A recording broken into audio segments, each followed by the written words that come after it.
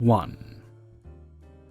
Funnily enough, the person I'm about to mention was an old customer when I worked as a cellular representative a decade ago. Her name is actually Karen, and she is and always has been, at least for the time I've known her, a walking variation of the meme. Now, this may get a bit long-winded, but trust me, it's worth it. About 4 months back, I stopped by the cellular store in which I used to work in order to say hi to some of my old co-workers and upgrade my phone. Now, bear in mind the place is mom and pop owned and has always been short-staffed, so I expected a little wait.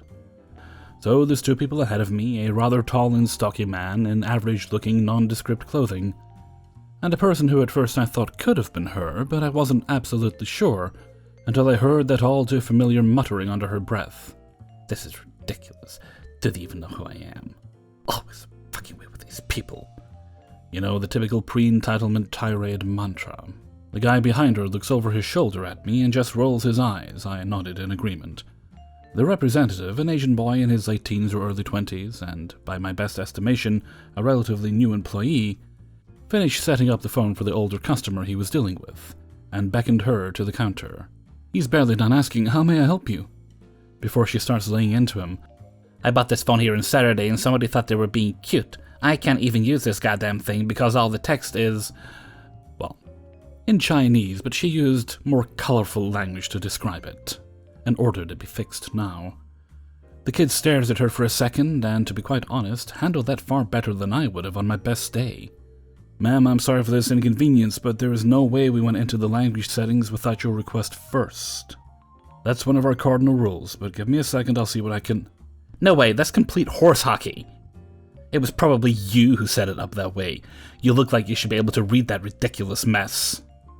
It was at this point my friend Lindsay, who happened to be the daytime manager, overheard her tirade.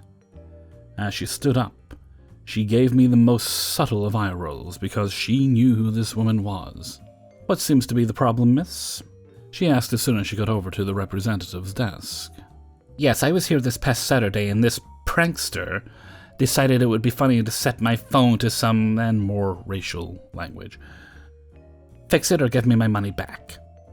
Lindsay takes the phone from her and looks at it before saying, "You know, it's pretty easy to just ask for a little help without being an out-and-out racist. Furthermore, there's no way he could have done anything to your phone on Saturday because his first day on the job was yesterday. I'm going to help you get this phone back to English, but this is the last time this store is going to help you with anything. After today, consider yourself blacklisted." Obviously not liking what she heard, possibly because it had the word black in it, the Karen reverts to her other natural instinct, and begins to start screeching like a velociraptor with a hot curling iron up its ass. The man behind her urges her to calm down. Those of us in retail know that particular combination of words is akin to jumping into shark-infested waters with a gunshot wound. She snatches the phone out of my friend's hand and proceeds to toss it on the ground like a smoke bomb in a ninja film. Glass and parts go flying everywhere. "No, that was completely unnecessary," says the man, as she lifts her hand into the air behind her head a la Freddy Krueger, stretches out her spray-tanned kielbasa-like fingers, and swipes her gaudy pink and gold professionally done nails across the man's face, drawing blood in the process. Within the blink of an eye, she's on the ground, stomach down, getting handcuffs slapped on her wrists. He starts reading her Miranda rights. Turns out the guy standing in front of me was just a plainclothes officer who was just coming in to find a pack of screen protectors on his lunch break. But wait, it gets better. I made it a point to make sure the kid was my sales rep. While I was talking to him about my close to a decade working at that shop and informing him which customers were great and which you would have to tread lightly with, Lindsay comes out of the office. She called the second store 20 miles up the road and spoke to our franchise owner. Karen went to his store that previous Saturday and pulled a lot of the same stuff. As he was taking Sunday inventory toward the end of the day, he realized one of the higher-end Samsung phones were missing. He was in the process of reviewing security footage that Monday morning, and sure enough, he saw her make her way to the restrooms while watching over her shoulder, take a hard left into the storage room, which was only closed off with a curtain by the way, and walk out readjusting her oversized knockoff Gucci purse. So yeah, she got charged with theft, concealment, and assaulting a police officer all on the same day. 2. My first job was in retail. I was fortunate enough to have a boss that insulted me every chance he got, and his excuse for it was that he was old school. At the beginning and end of every shift that I worked, he waited by the doors to come up with a new insult. He told me that I walked like a farmer once. As an adult, I find it interesting that a 60-year-old man's favorite part of his day was when he was insulting 16-year-old girls. He broke labor laws by making me work more than what was legal for my age. I showed up for nearly every shift in the 4 years that I worked there. I was forced to work with a supervisor that was most likely a pedophile before he mysteriously vanished, and was replaced with a woman who was the cause of my 4-year term coming to an end. Despite all of these things, I never complained or made a big deal out of anything. Karen was a young, single mother of a small tribe of kids. I can't remember how many, but I think the minimum amount was 5. They used to call her every 5 minutes during my shifts to ask her if they could go for sleepovers or out with their friends. Every time the intercom beeped, you knew it was a call for Karen, and every call she'd get would make her angrier and angrier, to the point where she was slamming the phone down in front of customers. And instead of dealing with her anger like a normal, functioning adult, she'd take it out on her subordinates, which happened to be me. On this night in question, it had been a long shift with even more calls than normal, and Karen was livid. I was working hard and doing my best to avoid her, but lately I had been feeling the strain. Working for a boss and supervisor that loved picking on teenagers was really starting to stress me out. I was also working extra shifts while trying to study for midterms and remain committed to a competitive sports team. Karen came storming up to me after hanging up on her 10-year-old to tell me I did a terrible job organizing the clothes in the ladies' fashion department, and that I needed to start over from the beginning before she walked off to answer another phone call. Being a robot, I did what I was told. I started near the front of the store next to a customer who wasn't necessarily making a mess, but had been hanging the clothes back up and the occasional top would be hanging backwards. But being that I didn't want to make her uncomfortable, I decided to skip ahead and come back to that rack later. I finished the rest of the department a few phone calls later and headed back to the messy rack. 2 shirts were hanging backwards, and I was correcting the issue when Karen came storming up from behind me. Now, I don't remember her rant verbatim, but it was along these lines. I can't believe you're this useless. You can't even do one thing right. This rack is a terrible mess and you aren't doing your job. You're so lazy. What do you do all day? Stand around? I'm tired of clearing up after you. This is how you do it, she said, and yanked the hanger out of my hand, only to put it exactly where I was going to hang it. See, it's not that hard. Unless you're too stupid to work here. I'd had enough, so I turned around without saying a word and headed off to the staff room. I grabbed a leave of absence form and angrily filled it out, because I didn't want to burn any bridges at my first job. I marched up to her, handed her the form saying, "If I'm too stupid to work here, then I guess I won't work at all," and walked out. It wasn't long before I was sobbing. I've always hated confrontation, and I was so upset that I had walked out of my first job. I felt horrible and told my parents everything. When they asked me what I wanted to do, I said that I wanted to go back and talk to my boss and tell him what happened and try to get my job back. I wasn't aware at the time, but my parents were not in favor of this decision. They'd heard all my stories over the years, and they really hated seeing their daughter being abused. The labor law thing never even occurred to me. My dad only mentioned it after the fact that he hated how they were treating me. But they still wanted me to make my own decisions and learn for myself, so they didn't intervene. The next day I called my boss and scheduled a meeting with him. I explained everything that had happened, and how insulting and abusive she had been. That she wasn't working because she was always on the phone, and that she blamed her shortcomings on her subordinates. His response was that it was still my fault, but he would give me my job back if I apologized to Karen. So I said fuck that and left. Well, it was probably more along the lines of frick frack, but I left and no longer cared about getting that job back. My dad later called and tore a strip off him and reported him to the labor board. The last thing I heard was that he resigned and moved to another province. 3. To all my fellow workers out there, we all know how difficult it is with the COVID-19 virus, and with the resulting stress. I was at the end of my shift, and as a result I was irritated, tired, and in a mild amount of pain. My shift had been a wild one, as there were periods of both quiet and insanity. One customer called for curbside assistance, yet my associate could not find her car. We were very specific in asking the model and color, which was a white Prius. Both of my car-knowledgeable co-workers had looked in all parts of the parking lot, not seeing any indication of the Prius. Well, we found out she had parked in the neighboring parking lot, a real estate office, and nobody looked over there for obvious reasons.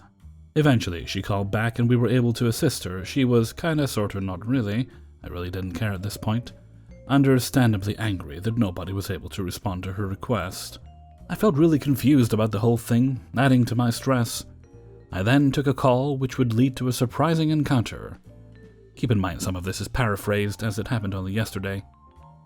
Are you doing curbside assistance? I have 2 children and I don't want to enter the store. Yes, what can I help you with? She then gave her the brand and number of the ink she was looking for. I checked. Yes, we do, but depending on what you need, the prices vary, depending on the ink size. Thanks, I will be over soon. Well, a couple of hours later, I got a call. Hi, I'm here for my curbside assistance. I'd forgotten that she needed 60 ink. For the ink, yes, give me a second. I proceeded to grab the ink, only for it to be the wrong number, ring it up and deliver it. Here is your wrong number, ink. She corrects me on the number. Sorry, I will get it for you. I just need to do a return and re-ring. Everything goes well. Here's your correct ink. Thanks, my daughter says you are beautiful. Thank you, she's cute too. I felt my heart swell 3 sizes that day.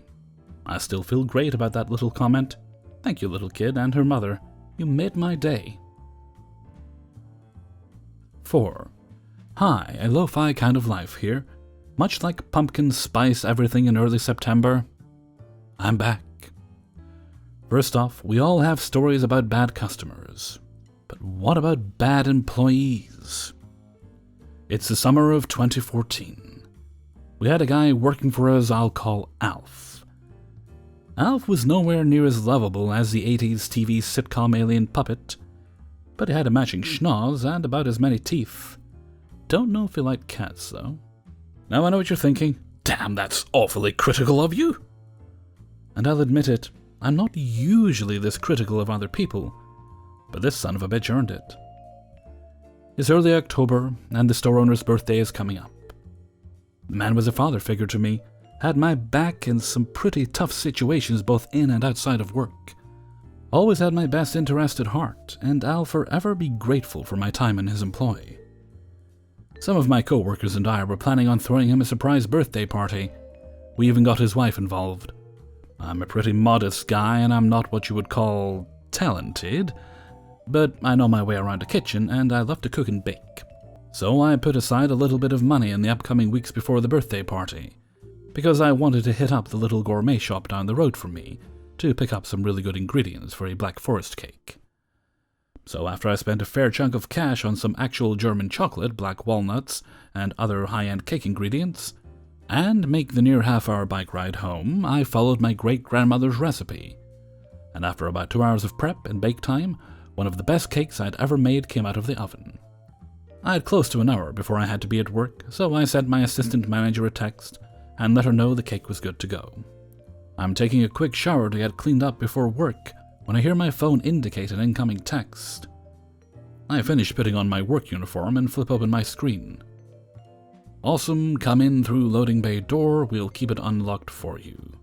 That day I parked my car around the back as to access the door a bit quicker. As I'm making my way back to the door I smell it, a pungent mixture of body odor and black and mild cigar. I look up and see Alf looking unkempt as usual, smiling at me with those yellow decaying teeth.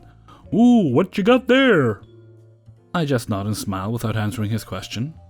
Though it may seem a bit dickish, he had a habit of stealing from employee lunches. A Diet Coke here, a bag of chips there. 10 to 1 if you weren't buying your food, he'd be rifling through the employee fridge looking for goodies. It's largely due to this fact that our boss purchased a refrigerator that would lock. But here was the catch. The assistant manager texted me one more time as I parked in the back lot. She'd taken the store owner down to the coffee shop at the end of the plaza to get him a double shot for his birthday. So I placed the cake in the locking refrigerator, and as I'm doing so I glanced over my shoulder to see Alf standing not even a foot away from me. Personal space was always a foreign concept to this guy as well as hygiene. So between the mouth breathing and the smell, I glanced back at him and asked, "May I help you?" He repeats the same question he asked me on my way in. I told him not to worry about it. It was for the boss and off limits. He simply remarks, "Oh, okay," as he walked back to the employee lunch area, eyes over his shoulders in my direction the whole time. I don't see the key by the fridge, figured it was in the boss's office. So I pantomimed finding the key, locking the fridge, and putting it in my pocket. After this, Alfie centered his attention on the doorway and went back in the store. My little bluff seemed to have worked. Throughout the day, we had customers complaining about Alfie's body odor and typical dismissive attitude. This was really just par for the course. To say his attitude towards customers was abrasive would be like calling testicular cancer a jock itch. Having been warned several times before about his hygiene and attitude, the general manager finally sent him home for the day. The rest of the day went off without a hitch. As a matter of fact, I would go as far as to say it was pretty nice. I got to see a few of my favorite regulars. My girlfriend at the time brought me something to eat, no complaints. Our usual closing procedures commenced, and the store owner came in to count the day's earnings in his office. I looked out in the parking lot, and the assistant manager was sitting there in her minivan with a few of our other co-workers. She flashed her lights to give me the signal, and I quickly unlocked the door and let them in. I take the side door through our phone sales area and make my way back up to the locked fridge. As I'm opening the door to the back, I hear the familiar clack of the front door unlocking once again. Didn't think anything of it. We did have a manager that was running a bit late and said she would be there. I just figured she was showing up right then and there. So I continued into the back room, get to the fridge, and open up the cake box in order to put the candles on the sweet confection contained within. And I feel my blood go magma hot. Somebody jammed their finger in the cake and scooped out a big chunk. It didn't take Bruce Wayne or Sherlock Holmes' detective skills to figure out who it had been. None of the other managers on duty would have been that disrespectful, especially since they knew I made the cake from scratch. The store owner had been out a good portion of the day doing satellite dish installations, so the only other person who knew that the cake or something of the like was in that refrigerator was the same one that had a history of stealing shit from fellow employees. When I really thought about it, shortly before being asked to head home, he'd taken an unusually long bathroom break. I wanted to scream, curse, and raise holy hell, but I composed myself and simply cut away the portion of the cake that had been violated. It wasn't even that much, to be honest. I placed the 5 and 9 candles on the cake and readied my cigarette lighter as I got on the intercom and announced a blue light special. That was a signal for everybody to come to the back to sing happy birthday. As my co-workers started filing in through the back door, a sense of pride and excitement washed over me. Despite the fact that I had to cut out a marred slice, I knew they were going to enjoy this cake. I couldn't wait to see their reactions. But that sense of pride soon changed to one of anger as I saw Alf come filing in last. The look on my face must have been something between Billy Idol's sneer and an absolute death glare. The general manager cocked an eyebrow and rolled her eyes as if she was reading my mind. We all sang happy birthday and I cut the cake. There was about a quarter of it left when I see Alfie looking in my direction. Why didn't I get a slice? I bite my tongue so hard it's practically bleeding. I notice he's visibly stumbling, has a somewhat faraway look in his eyes, and that's when the smell hit me. It was almost as if he went home, rolled in trash, smoked an entire pack of Black & Milds, and then proceeded to bathe in beer. He began to complain, but the words from his mouth kind of sounded like skank from The Crow. Before I could answer, my GM chimed in. Maybe you didn't get a slice because you weren't invited and you're standing here obviously drunk. Before she could say anything else, I'd finally reached my breaking point. I cut my GM off, one of maybe 3 times in the entire time I'd been at this job. If you want your slice of cake so badly, you can fish the piece I had to cut off out of the trash. The GM and the store owner looked at me with a sense of bewilderment. He took it upon himself to dig through the cake as it sat in the fridge. I know none of you would have done that, especially since you know that I bought everything for this cake in my own dollar and made it from scratch. He gets a look on his face that screams impudent child. Yeah, well, your cake tasted like shit. Want to know what I think of it? He drunkenly saunters over to the counter, takes the remainder of the cake, and spikes it on the floor like he just scored a game-winning touchdown. And if I hadn't already felt a strong urge to kill, what he did next got him fired on the spot. He proceeded to whip out his quarter-inch killer and urinate all over the cake's remnants. All of us were in shock at the sight of this, when finally the store owner blurts out, "Get your nasty ass out of my store now. Expect the sheriff's deputy to serve you with a no trespassing notice within the next couple of days." And with that, Alf leaves through the loading dock door. About 20 seconds goes by and it hits me. My car is parked out there. Running out the back door with my coworkers in tow, I see my driver's side door, front and rear tires have been slashed, with a box cutter still left on the ground. At this point, I lost it. The store owner and his wife were holding me back because Alf hadn't gone very far. As a matter of fact, he was only about 100 feet away, puking in the nearby field. He attempted to make a run for it and fell over his own feet, and there he stayed until the cops came. I'd like to say this is the end of the story, but it's not. I ended up pressing charges for the vandalism done to my vehicle, and the store owner ended up pressing charges for indecent exposure, the subsequent urination, and public intoxication for good measure. A little more than 2 months after this incident, he saw his day in court, got signed, and was ordered to reimburse my insurance company for the cost of the new tires. I never saw a red cent. For a while there, he seems to fall off the grid. That is, until last year when his name came up in the local newspaper. Now here's the deal, folks. I'm older, wiser, and a single father to an autistic child. I generally give people with certain traits the benefit of the doubt, as I don't actually know whether or not they may be a bit on the slow side or mentally ill.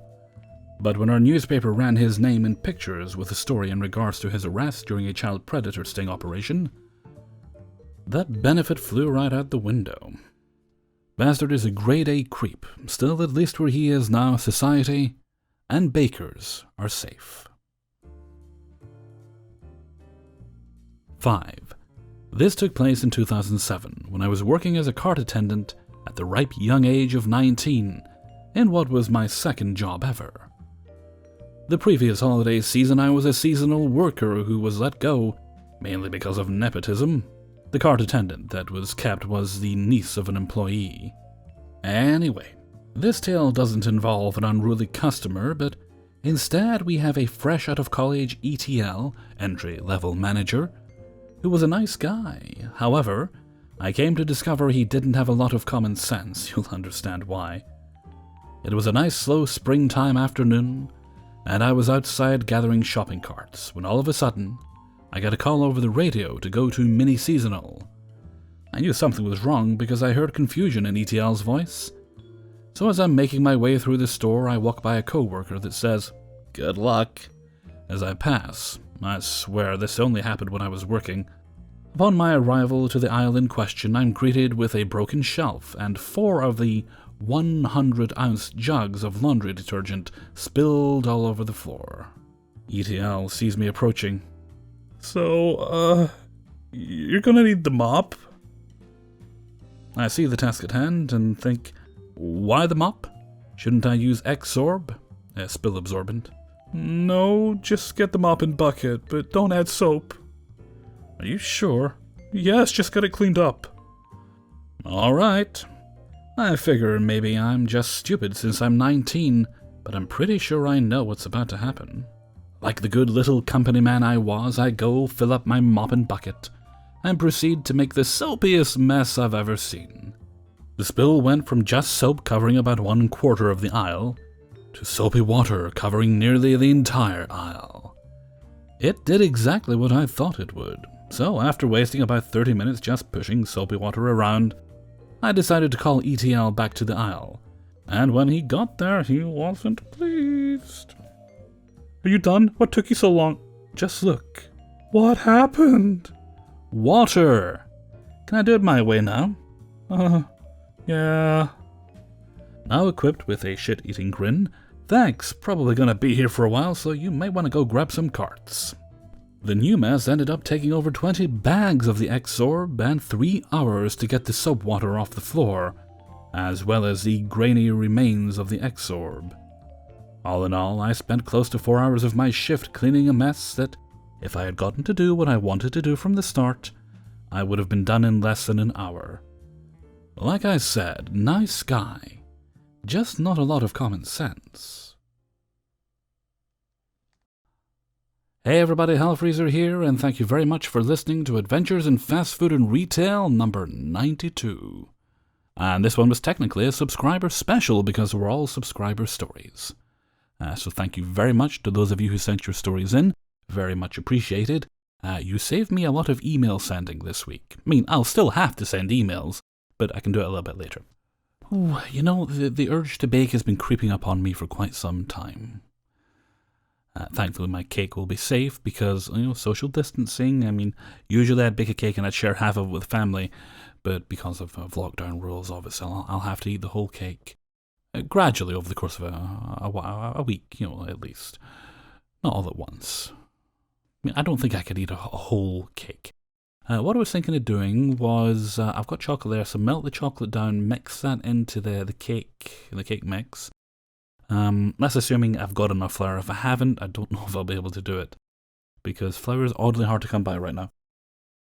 I could do that. Then I've got icing sugar and I've got peanut butter, and I find those two together actually make a very good icing, so an icing and filling.